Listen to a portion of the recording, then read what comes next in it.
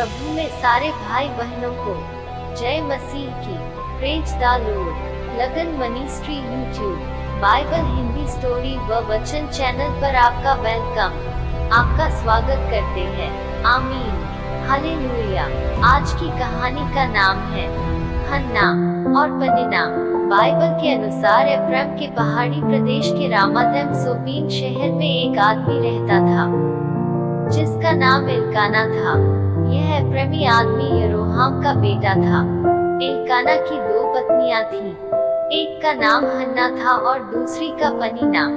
पनिन्ना के बच्चे थे मगर हन्ना का कोई बच्चा नहीं था। एल्काना हर साल से नाव के परमेश्वर यहोवा की उपासना करने और उसके लिए बलिदान चढ़ाने अपने शहर से शीलो जाया करता।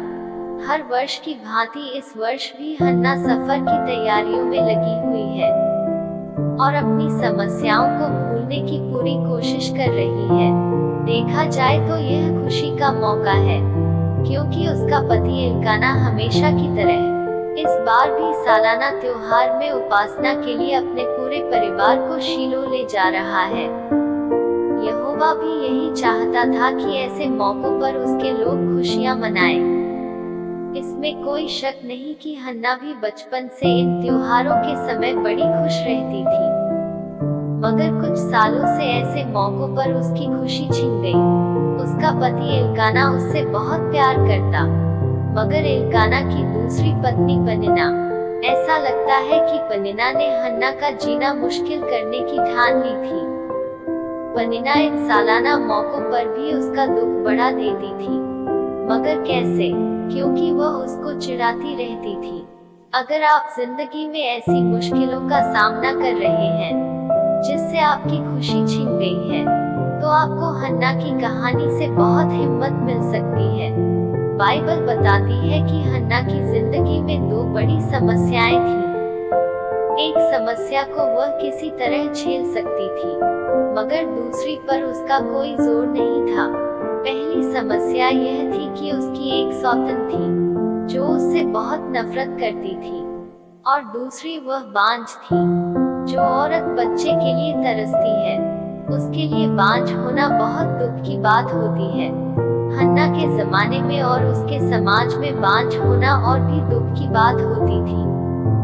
हर परिवार में बच्चे का होना जरूरी माना जाता ताकि वह वंश को आगे बढ़ा सके, इसलिए बांझ होना बदनामी और शर्म की बात मानी जाती। अगर पनिन्ना हन्ना को दुख न देती तो शायद उसके लिए अपनी तकलीफ झेलना थोड़ा आसान होता। जिस किसी परिवार में एक से ज्यादा पत्नियां थीं, वह परिवार कभी खुश नहीं रहा। पत्नियों के बीच तकरार, होड़ लगाना और दुख देना, यह सब बहुत आम था। एक से ज्यादा पत्नियां रखने का रिवाज यहोवा के स्तर के बिल्कुल खिलाफ था। यहोवा ने अदन के बाग में यह स्तर ठहराया कि एक आदमी की एक ही पत्नी होनी चाहिए। इस तरह बाइबल दिखाती है कि एक से ज्यादा पत्नियां रखने से परिवार में कितनी मुसीबतें आ सकती हैं। एल्काना के परिवार की कहानी इस बात का एक सबूत है। पनिन्ना हन्ना को क्यों दुख देना चाहती थी और उसने यह कैसे किया? एल्काना पनिन्ना से ज्यादा हन्ना को प्यार करता था। यहूदी इतिहास के मुताबिक उसने पहले हन्ना से शादी की थी और कुछ साल बाद पनिन्ना से। बात चाहे जो भी हो, पनिन्ना हन्ना से बहुत चलती थी और उसने हन्ना को दुख देने के कई तरीके ढूंढ निकाले थे। पनिन्ना के एक के बाद एक कई बच्चे हुए थे, जबकि हन्ना बांझ थी, इसलिए पनिन्ना खुद को बड़ा समझने लगी। हन्ना से हमदर्दी जताने और उसे दिलासा देने के बजाय पनिन्ना उसे बांझ होने का एहसास दिलाकर उसकी दुखती रग पर हाथ रखती। बाइबल बताती है कि हन्ना की सौतन उसे दुख देने के लिए उस पर लगातार ताने कसती। पनिन्ना जानबूझकर यह सब करती। वह हन्ना के दिल को चोट पहुंचाना चाहती और वह ऐसा करने में कामयाब भी हुई। हन्ना बांझ होने की वजह से बहुत दुखी थी। हालांकि एल्काना ने हन्ना को दिलासा देने की कोशिश की, फिर भी हन्ना ने उसे पूरी कहानी नहीं बताई। ऐसा मालूम पड़ता है कि हन्ना को दुख देने का सबसे बढ़िया मौका उसे सालाना त्योहारों के वक्त मिलता था, जब वे सफर करके शीलो जाते थे। पनीना के कई बच्चे थे, इसलिए एल्काना उसके सभी बेटियों को उन बलिदानों में से हिस्से देता जो यहोवा को चढ़ाए जाते, मगर वह अपनी प्यारी पत्नी हन्ना को एक खास हिस्सा देता। इसलिए पनीना जलन के मारे हन्ना को नीचा दिखाती और उसे बांझ होने का एहसास दिलाती थी। इसलिए बेचारी हन्ना रोने लगती और कुछ खाती पीती नहीं थी। एल्काना देख सकता कि उसकी प्यारी हन्ना हताश है और कुछ खा नहीं रही है, इसलिए वह उसे दिलासा देने की कोशिश करता। वह हन्ना से कहता, हन्ना तू क्यों रो रही है? कुछ खाती क्यों नहीं? क्यों इतनी उदास है? क्या मैं तेरे लिए 10 बेटों से भी बढ़कर नहीं? एल्काना समझ गया कि हन्ना बांझ होने की वजह से इतनी दुखी है, और जब वह उसे अपने प्यार का यकीन दिलाता तो वह जरूर उसकी कदर करती होगी। मगर एल्काना ने अपनी बातों में पनीना के बुरे व्यवहार का कोई जिक्र नहीं किया, और न ही बाइबल बताती है कि हन्ना ने उसे इस बारे में कुछ बताया। शायद हन्ना ने सोचा होगा कि अगर वह पनीना की शिकायत लगाएगी तो मामला और बिगड़ जाएगा। उसने यह भी सोचा होगा कि शायद ही एल्काना इस समस्या का कोई हल कर सकता है। उल्टा पनीना की नफरत और बढ़ जाती, और उसके बच्चे और दास दासियां भी उसकी तरह हन्ना को सताने लगते। ऐसे में हन्ना अपने ही घर में पराई हो जाती और ठुकराई हुई महसूस करती। जब हन्ना के साथ घर पर बुरा व्यवहार हो रहा था तो उसने दिलासे के लिए यहोवा से विनती की। जब कोई आपके साथ बुरा व्यवहार या अन्याय करता है तो आपको यह याद रखने से दिलासा मिलेगा कि यहोवा न्याय का परमेश्वर है। पनीना हन्ना से कितनी नफरत करती थी, इस बारे में एल्काना को पूरी जानकारी थी या नहीं, यह हम नहीं जानते। मगर एक बात तय है कि यहोवा परमेश्वर सब कुछ देख रहा था, इसलिए उसके वचन में ये सारी बातें दर्ज हैं।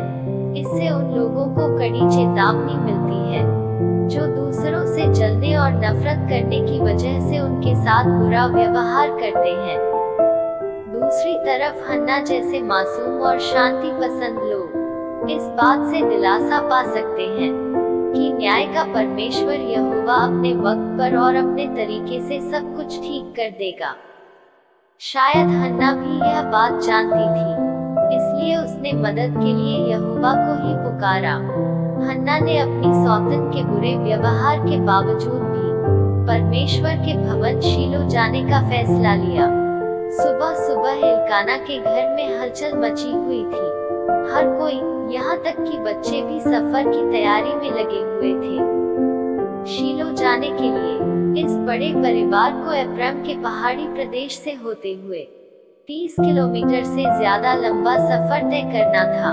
पैदल सफर करने में उन्हें 1 या 2 दिन लगते। हन्ना जानती थी कि उसकी सौतन इस बार भी उसे नहीं छोड़ेगी।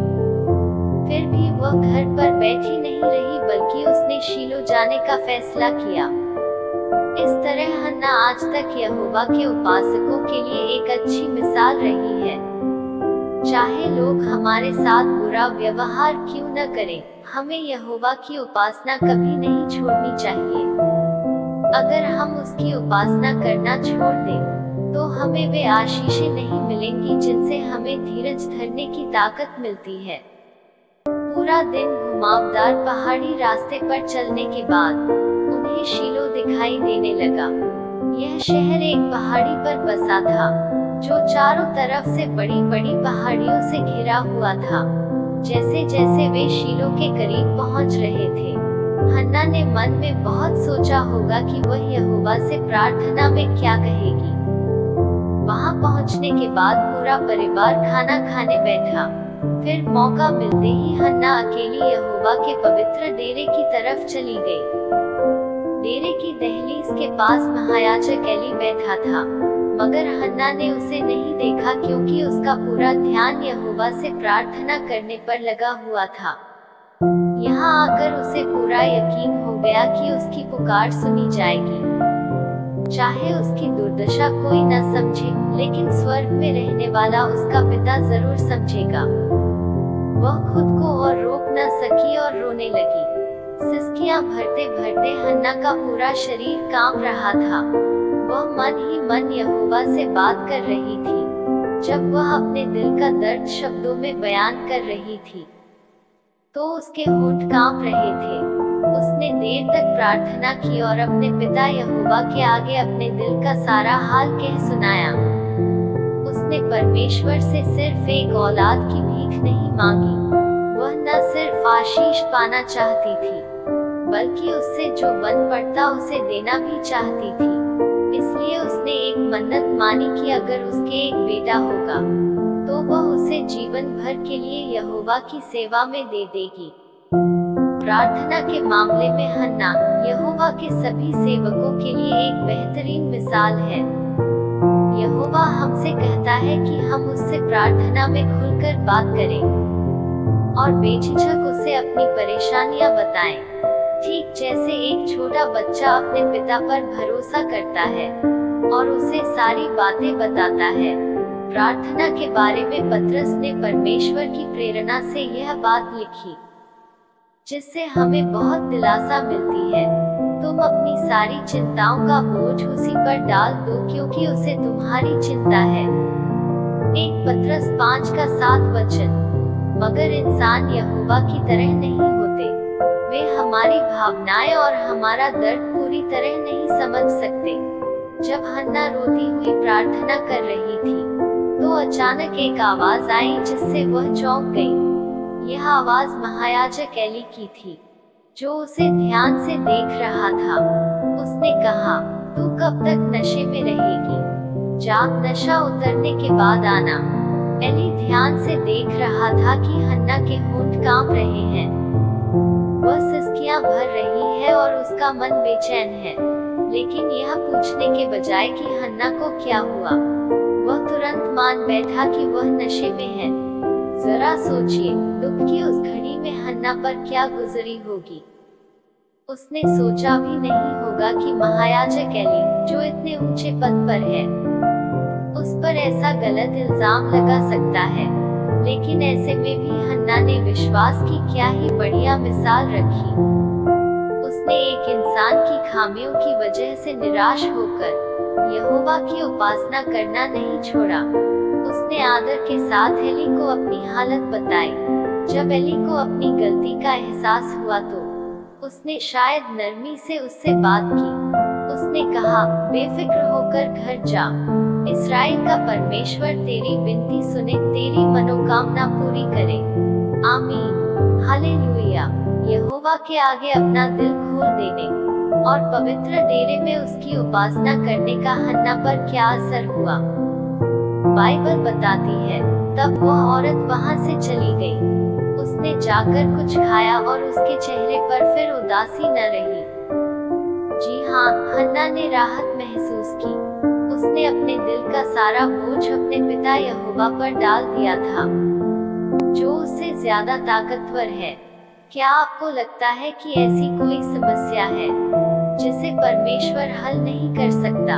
आज तक न तो ऐसी कोई समस्या उठी है, न कभी उठेगी। जब हम परेशानियों के बोझ से दबे होते हैं या फिर निराशा की भावनाएं हमें आ घेरती हैं, तो हमें भी वही करना चाहिए जो हन्ना ने किया। हमें दिल खोलकर प्रार्थना के सुनने वाले से बात करनी चाहिए।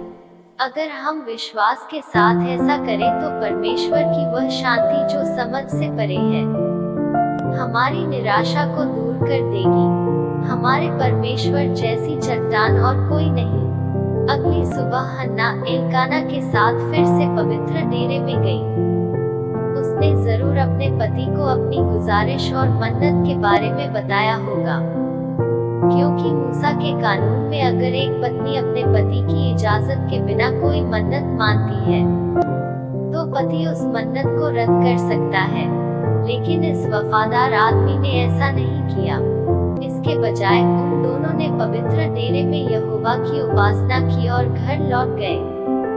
इसके बाद से हन्ना पर पनिन्ना की कड़वी बातों का कोई असर नहीं हुआ और पनिन्ना को भी इस बात का एहसास हुआ होगा, लेकिन हन्ना के चेहरे पर फिर उदासी न रही।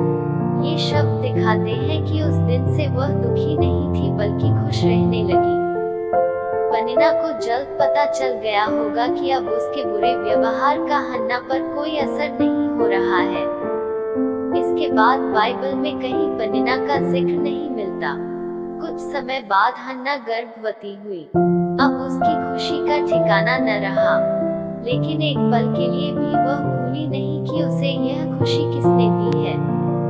हन्ना को एक लड़का हुआ और उसने उसका नाम शमूएल रखा, जिसका मतलब है परमेश्वर का नाम।